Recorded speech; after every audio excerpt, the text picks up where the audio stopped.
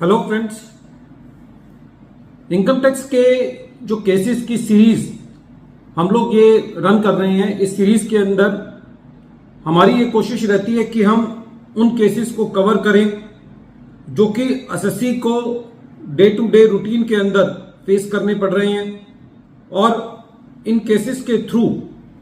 या इन वीडियोस के थ्रू हमारा जो मेन उद्देश्य है वो ये है कि हमारे एसएससीज को और हमारे प्रोफेशनल ब्रदर्स को एक पैर रखने की जगह मिल सके अपने मैटर्स को कंटेस्ट करने के लिए। कई बार प्रोविजंस के कॉम्प्लेक्स होने की वजह से हमें उन प्रोविजंस का नहीं पता होता जिन प्रोविजंस के बेसिस पर हम अपने केस को फाइट कर सकते हैं। तो वो हमारा मेन मकसद है कि हमें अपने केसेस को अलाइव रखने के लिए हमें उन पॉइंट्स का पता हो ताकि हम उनको अपने ग्राउंड्स में ले सके, चाहे वो असेसमेंट लेवल पर हो, चाहे वो फर्स्ट अपील, सेकंड अपील या फर्दर अपील्स के लिए हो। ऐसा ही एक इशू जो हम प्रेजेंट केस में डिस्कस करेंगे वो सेक्शन 271 डीए की पेनल्टी को लेकर के है, जो कि सेक्शन 269 एसटी के उल्लंघन के लिए लगाई जाती है। प्रेजेंट केस दिल्ली आईटीएटी की एच बेंच ने डिसाइड किया और केस का नाम है Finsi international design private limited versus additional commissioner of income tax,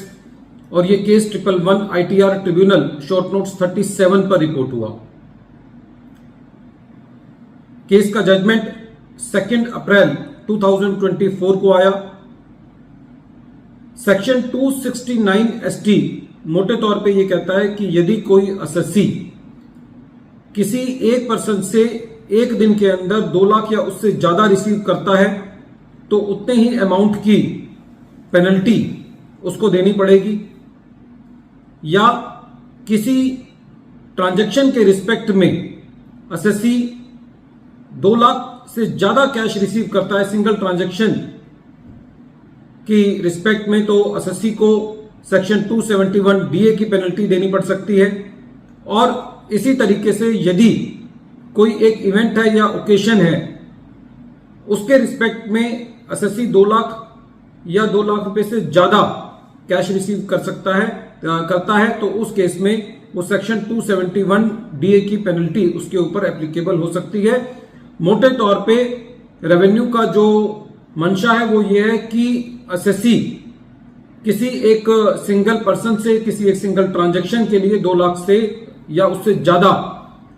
receive ना करें। यदि वो रिसीव करता है तो उसको सेक्शन 271 डीए के दायरे में लाया जा सकता है। यह प्रोविजन खतरनाक इसलिए है कि सपोज करो एग्रीकल्चर इनकम एग्जेम्प्ट है, लेकिन कोई एग्रीकल्चरलिस्ट 2 लाख या उससे ज्यादा रिसीव कर लेता है तो उसके ऊपर भी मेरी समझ से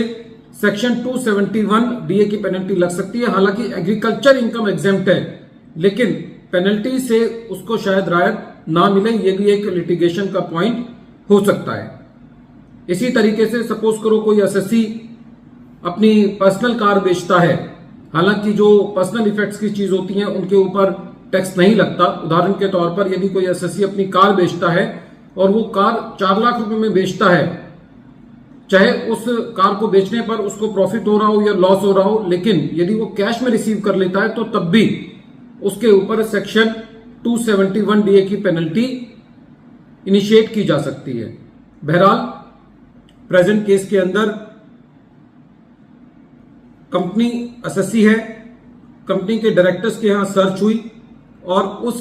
सर्च के दौरान कुछ इंक्रिमिनेटिंग मटेरियल मिला। उस इंक्रिमिनेटिंग मटेरियल में यह पता चला कि जो एसएससी कंपनी है उसने मैरिज ड्रेसेस और अदर आइटम्स बेचे हैं और उनको बेच करके एसएससी ने कैश रिसीव किया है। असेसिंग ऑफिसर ने ये एलिगेशन एसएससी के ऊपर लगाया कि एसएससी ने अपने बिल्स को स्प्लिट किया है, जो सेक्शन 269 एसटी और सेक्शन 271 डीए के जो प्रोविजंस हैं उनको सरकमवेंट करने की कोशिश की है, उनको बाईपास करने की कोशिश की है, और इसीलिए असेसिंग ऑफिसर ने कैश में पेमेंट रिसीव करने के लिए सेक्शन 271 डीए की पेनल्टी लगाई। जब मैटर सीआईटी अपील के पास गया तो सीआईटी अपील ने उस पेनल्टी में से जो उन ट्रांजैक्शंस को छांटा जो कि बैंक से हुई थी उनके ऊपर पेनल्टी को माफ कर दिया और सीआईटी अपील ने भी ये माना कि एसएससी ने बिल्स को स्प्लिट करके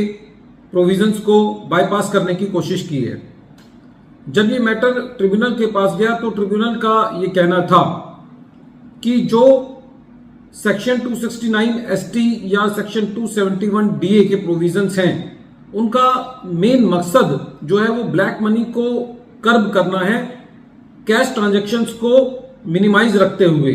और डिजिटल इकोनॉमी को प्रमोट करते हुए। ट्रिब्यूनल का यह भी कहना था कि सेक्शन 271 डीए की पेनल्टी टेक्निकल और वीनियल ब्रीच के लिए नहीं लगाई जा सकती। प्रेजेंट केस में जो आइटम्स बेचे गए हैं वो मैरिज की ड्रेसेस हैं और दूसरे आइटम्स हैं, तो ऐसी परिस्थिति में सारे फैक्ट्स एंड सर्कमस्टांसेस को देखते हुए जो एसएससी के ऊपर पेनल्टी लगाई गई है वो जायज नहीं है। फ्रेंड्स, पूरे केस को जो डिस्कस करने का कारण है वो ये है कि सेक्शन 271 डीए की पेनल्टी ऑटोमेटिक नहीं है। यदि एसएससी ने कैश रिसीव कर लिया है और एसएससी ये प्रूव कर पाता है कि एसएससी की कोई मंशा नहीं थी ब्लैक मनी को क्रिएट करने की या कैश ट्रांजैक्शंस को एंटर करने की, तो हर उस केस के अंदर जिसके अंदर एसएससी ने कैश रिसीव कर लिया है वो पेनल्टी के दायरे में नहीं आता। वीडियो के अंत में एक बार फिर मैं केस का नाम रिपीट कर रहा हूं। केस का नाम है Finsi international design private limited versus additional commissioner of income tax और ये case 111 ITR tribunal short notes 37 पर रिपोर्ट हुआ। मैटर दिल्ली आईटीएटी की एच बेंच ने डिसाइड किया और इस केस का जजमेंट 2 अप्रैल 2024 को आया। Thank you friends.